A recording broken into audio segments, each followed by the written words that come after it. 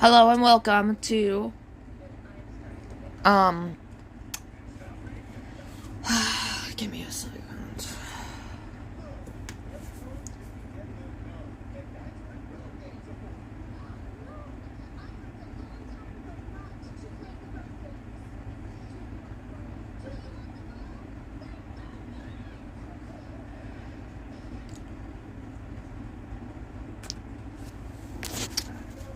Welcome to the sorry, I just have a hard time whenever I think about it. But welcome to the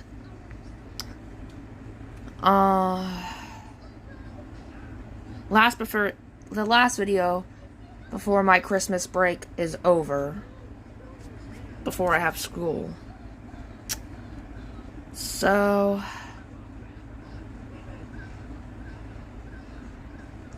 as you guys may know, after Christmas break, which ends tomorrow, so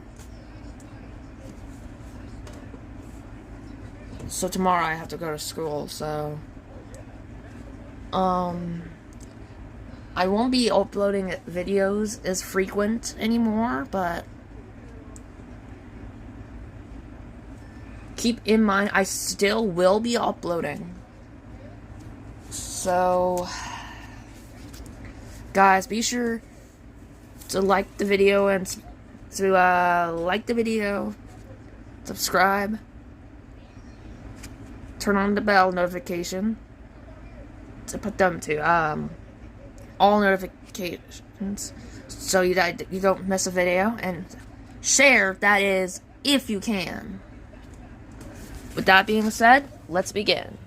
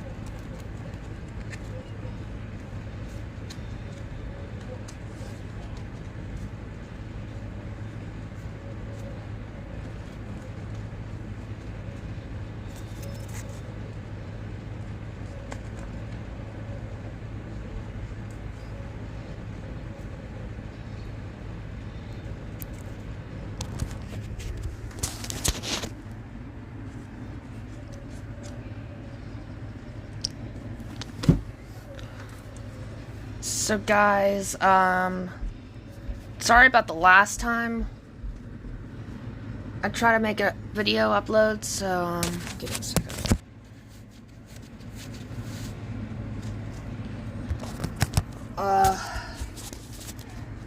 So this is basically the things I didn't cover from the last part, so, of one video, so, with that being said, let's get into it.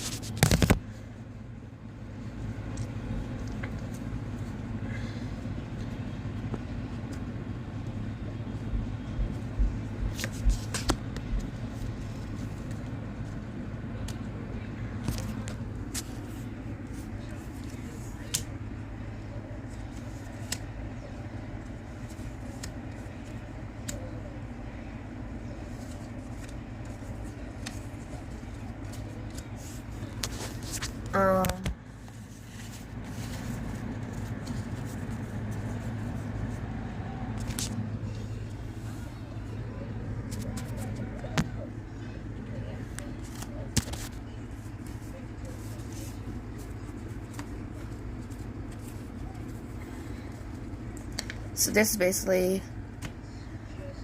it's guide to summoning and stuff.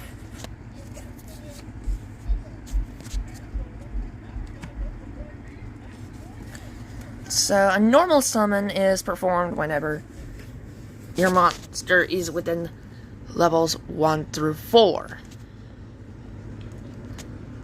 So it's simply done by placing a monster card horizontal, face up, like this. In the anime, some people like dual monsters and stuff, they could summon monsters in defense position. However, in the real world, you can't do that. Unless you are setting a monster face down. And no, you cannot set a monster in face down attack position, because there's not really a rule where you can do that, so you can't. It's horizontal, buddy. And if after this was not attacked, and it was your opponent's ending turn, so, and then that means you can flip summon like that. Like,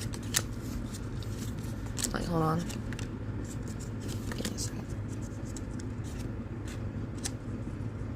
Like that, flip summon.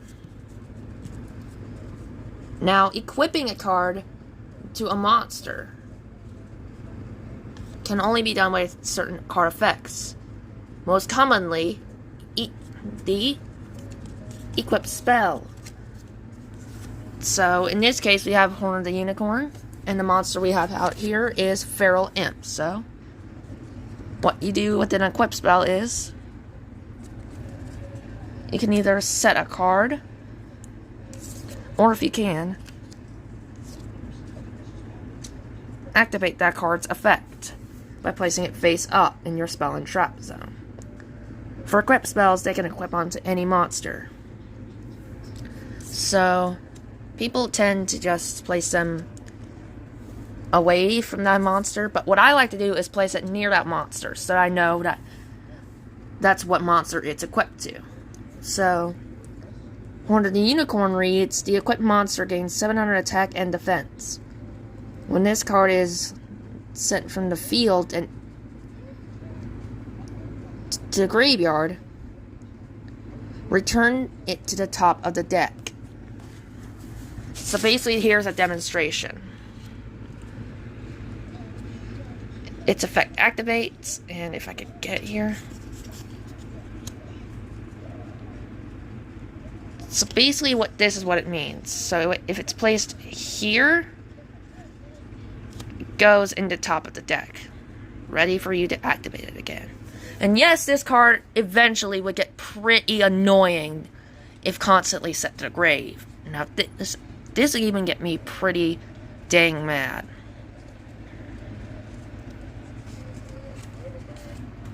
Anyway,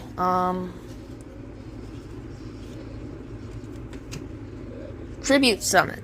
This is done by attributing a monster like this. They're within levels 5 and higher.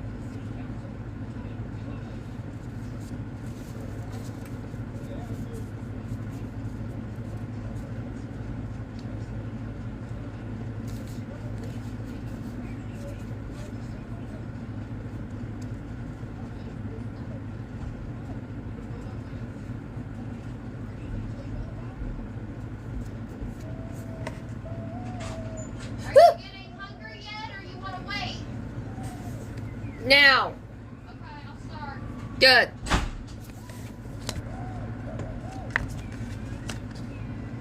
So, summoning an Egyptian god card. So,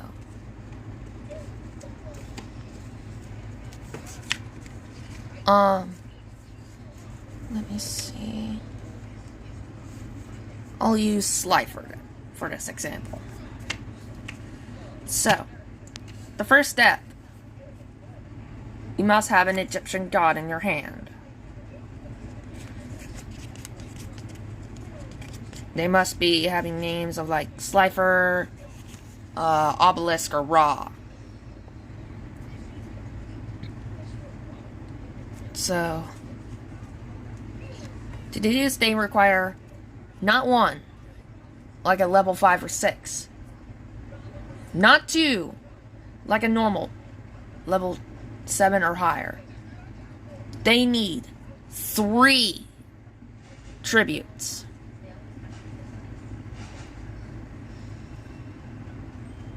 So we have our 3 tributes on the field. So what we do is take each of the monsters that you have on the field with a minimum of 3. With a minimum and maximum of 3.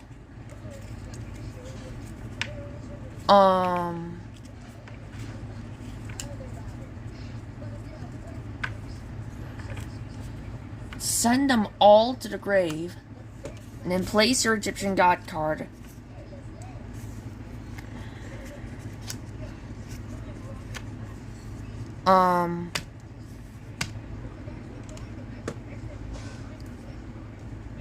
in face-up attack position.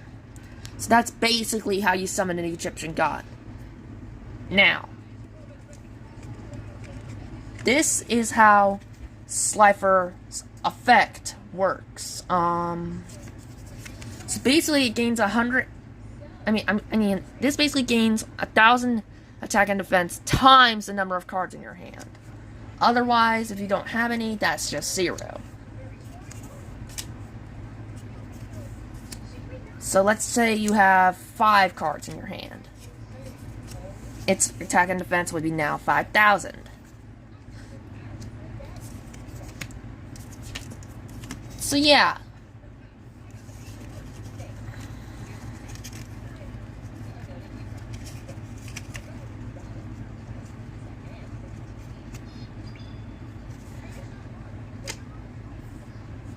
Let me just get this camera setting.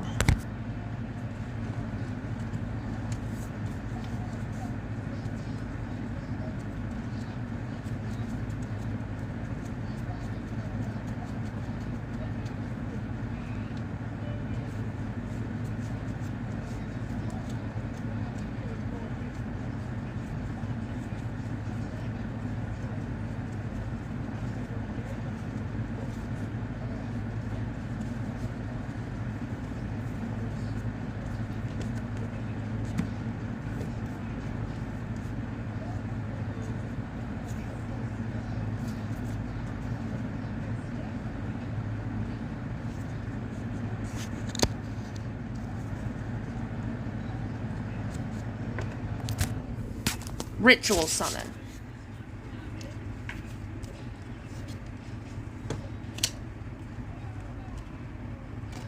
So a ritual summon is done,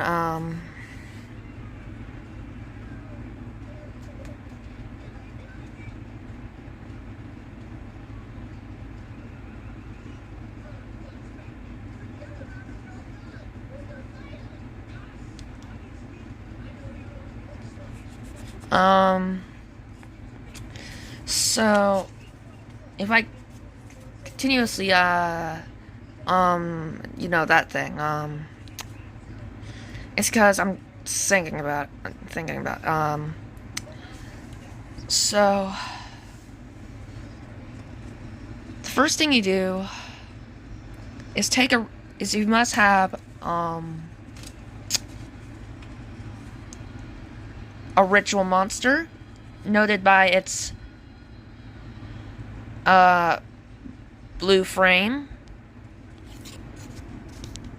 and a ritual spell card that has its name, that has your following ritual monster's name somewhere in the card text. It must have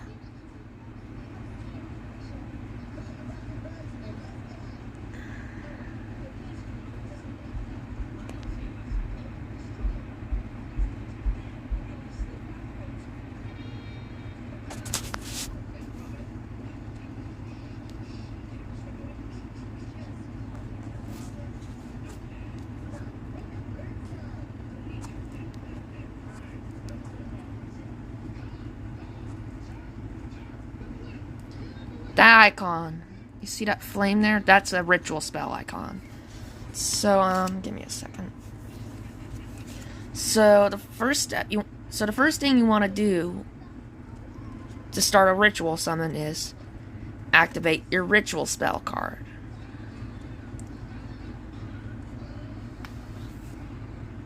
Then declare that you are ritual summoning the monster you have in your ritual monster you choose. So in this case, we have Magician of Black Chaos. So you must send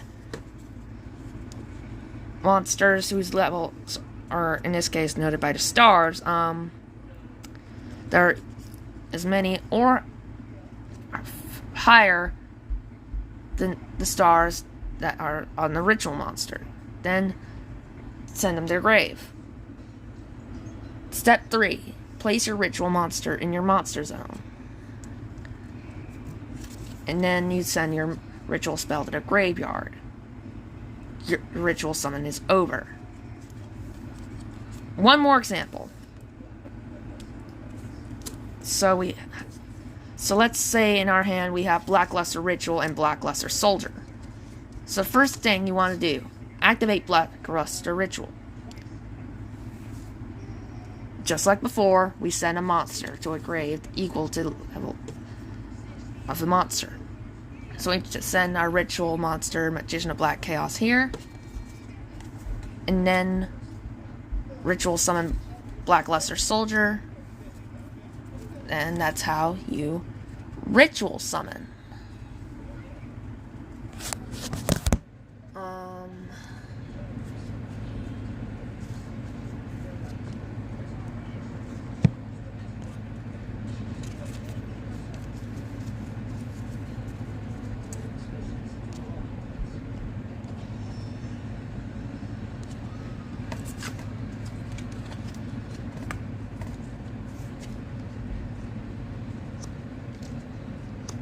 Now, a fusion summon.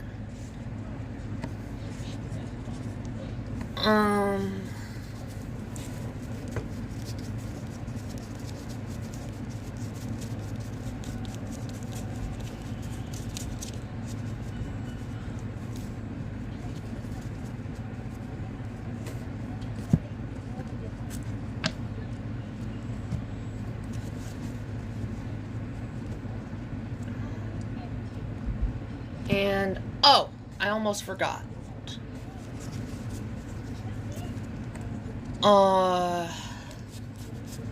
special summon.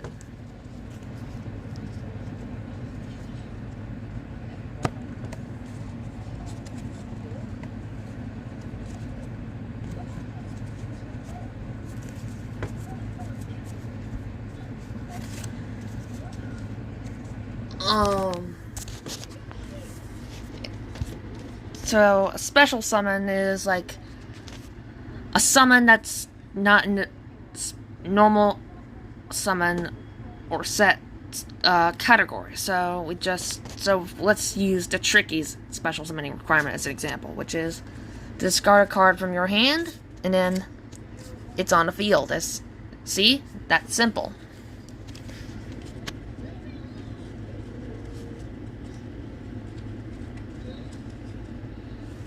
Like that.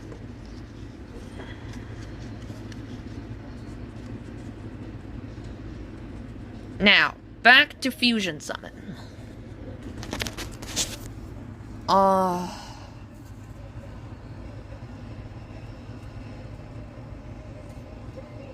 We'll use one example.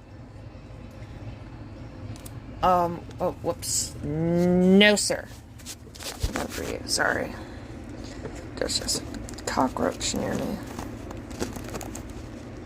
Yeah, you better back off.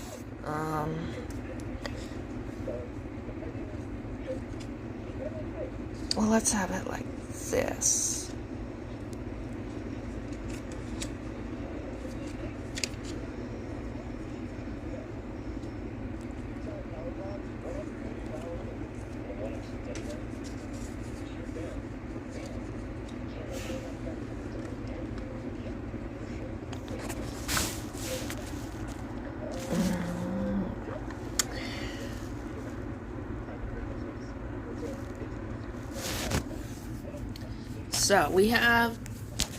So, the fusion monster we're going to be summoning is the lovable Black Skull Dragon.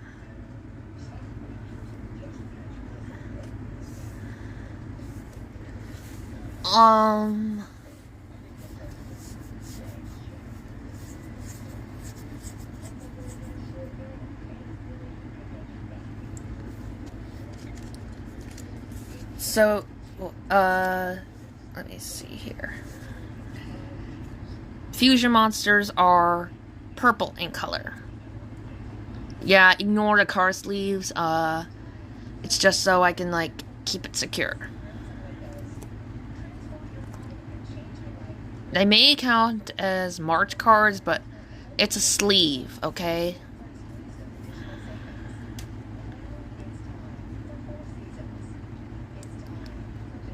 So you see it requires summon Skull and Red Eyes Black Dragon.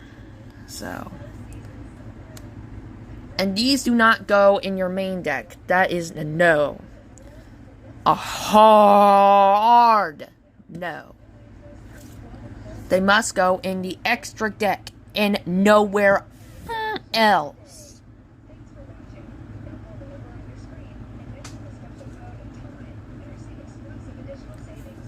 Now, they must require the names of the monster needed for it. So,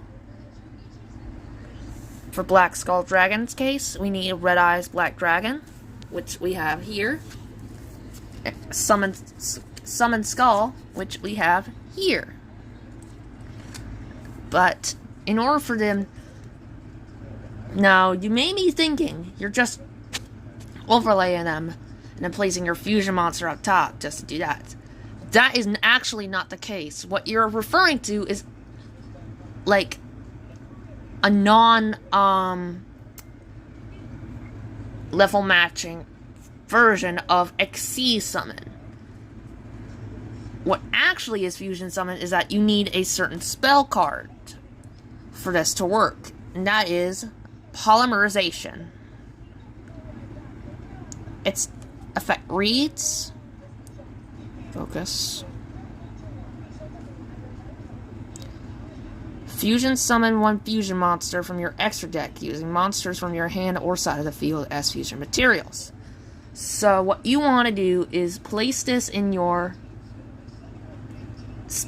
spell and trap zone. Then take your fusion materials you want to use. Declare the monster you're going to fusion summon, which I'll just do here. I'm gonna use this. Or you have to declare the requirements. So the requirements will be Red Eyes Black Dragon and summon Skull. Then send them to the graveyard. And then you take the monster with those names of the sent materials, place it in your monster zone, and then send Polly to the grave. That is how you fusion summon. And now, rarities of cards. What you guys all been waiting for. So, let us begin. Starting with commons. Now, common cards are pulled, I guess, 99.9% of the time in Yu-Gi-Oh! Packs. They're seen first. They're pulled first before any other rarity in the card game.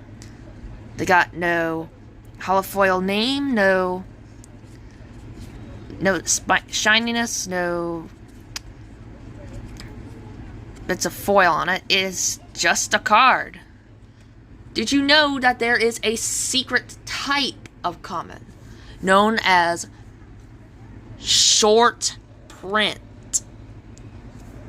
Which means they were printed with short supply. The same thing goes for an even rarer type of common known as super short print. So now, let me just give me a second to find one.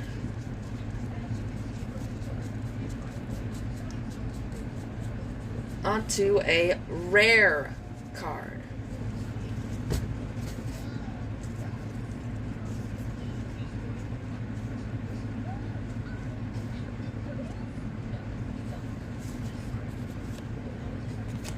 So the next rarity after a common is a rare card.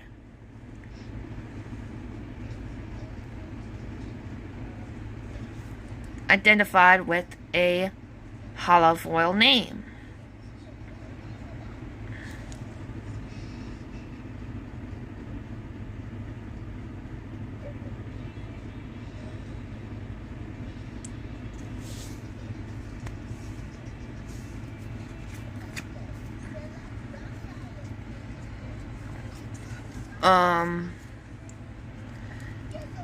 Oh.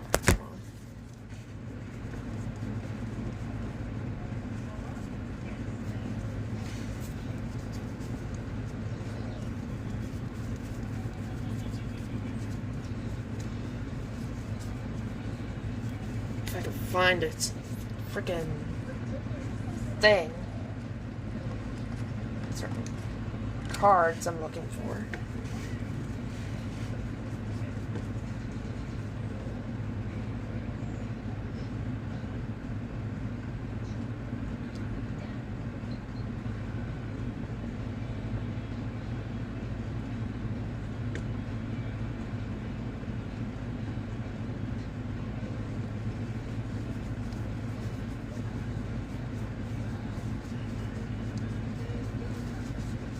Dang it, where are they? In here, maybe?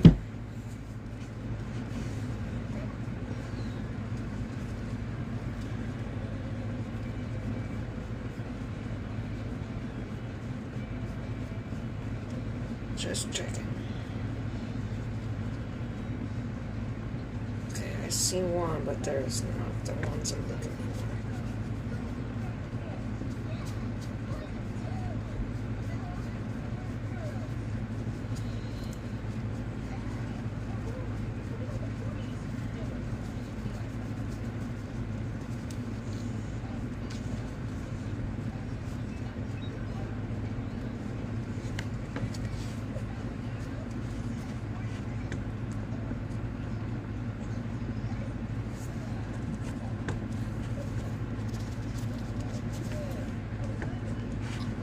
Let me see.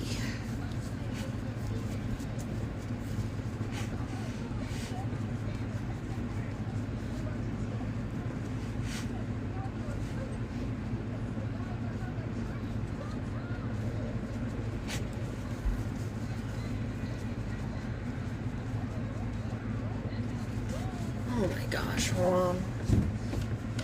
Yeah, I know this is taking a little too long, so bear with me, please. Why am I so itchy?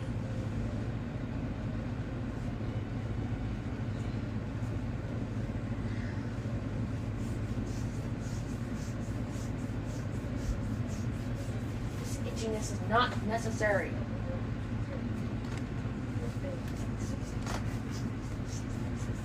Oh my god, enough!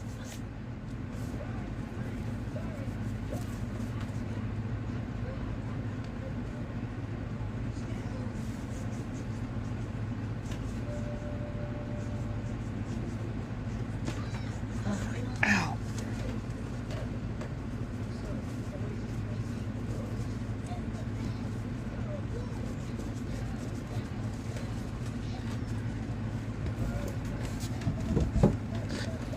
Oh my god.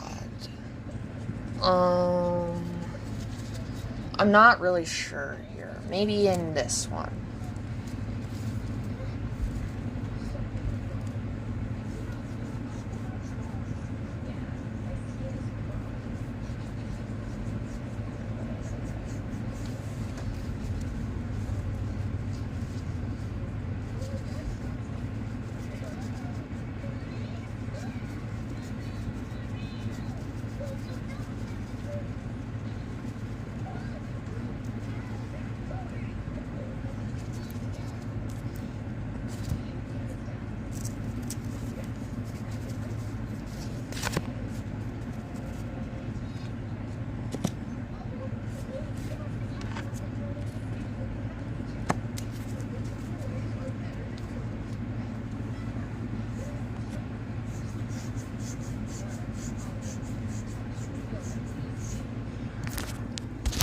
Next one is like parallel rare, which means they're basically just cards, but with certain foil on them, like commons with foil. So an example of this is star foil rare. As you can see, the card has foil stars injected into the mold.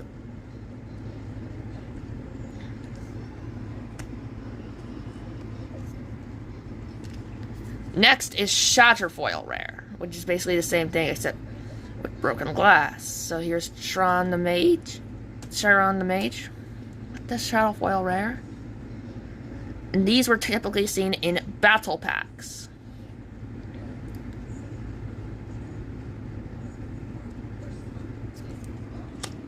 Another example is with Iron.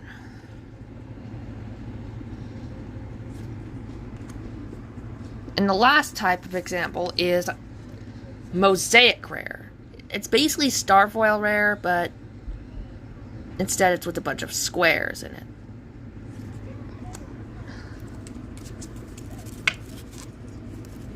So, the next type of rarity seen after rare is, let me find it.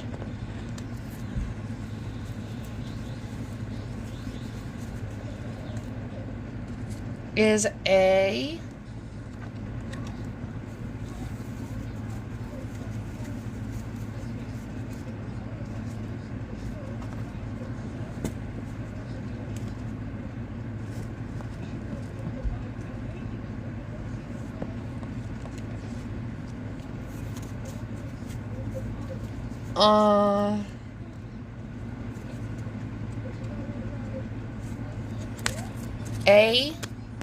super rare.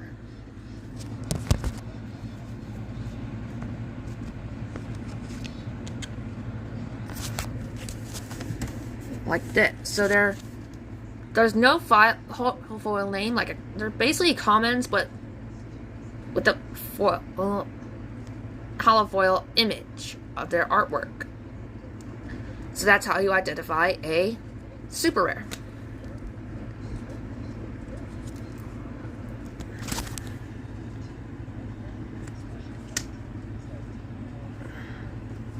The next type after a super rare is a ultra rare. They have the holofoil image of a super rare and the holofoil name of a rare, except in gold. So after ultra rare, the next type of rarity to get after a ultra rare is a hold on, let me find another example here. Is a secret rare. So there's an example. The secret super rare, secret ultra rare, and then here is prismatic secret rare. So you can see it's all like that. So the next kind of rarity is let me think about it. Let me see.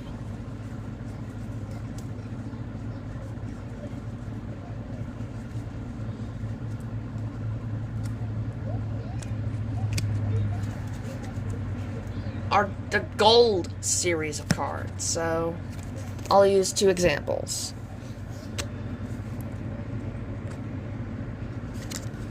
Right here. So as you can see,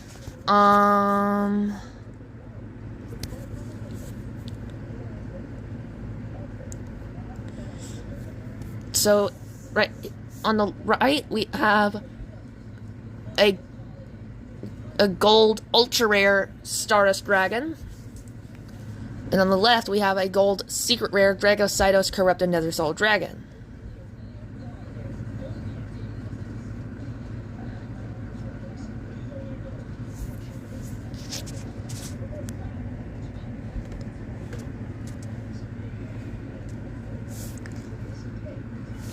They were introduced to and exclusively to the.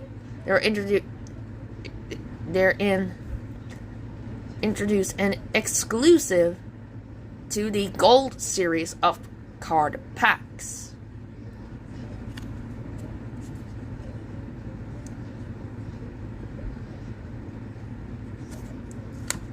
So that is basically